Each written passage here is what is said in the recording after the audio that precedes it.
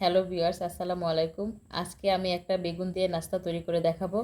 এই জন্য আমি এখানে দুইটা বেগুনকে গোল গোল করে কেটে নিয়েছি, সাথে ময়দা নিয়েছি। এখানে আমি টোস্টের গুঁড়া নিয়েছি, মরিচের গুঁড়া নিয়েছি, একটা ডিমকে ফেটে নিয়েছি, আর স্বাদ মতো লবণ নিয়ে নিয়েছি।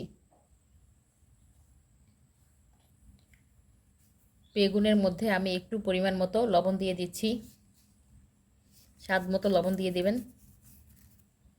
আর একটু মরিচের গুঁড়া দিয়ে দিচ্ছি।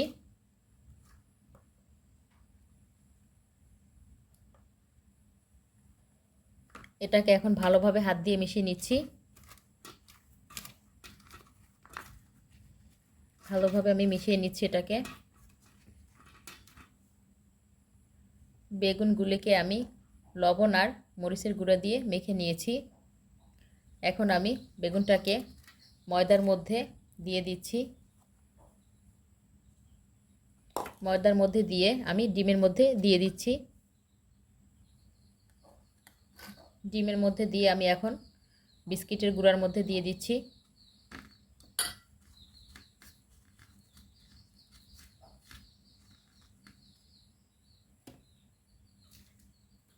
আবারও আরেকটা নিয়ে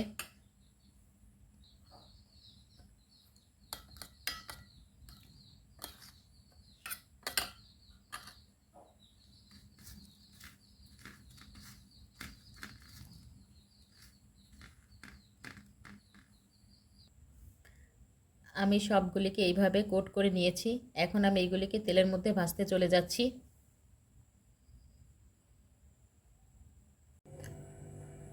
বেগুনগুলি ভাজার জন্য আমি একটা কড়ার মধ্যে তেল নিয়ে নিয়েছি। তেলটা যখন গরম হয়ে যাবে তখন আমি বেগুনগুলি দিয়ে দিচ্ছি।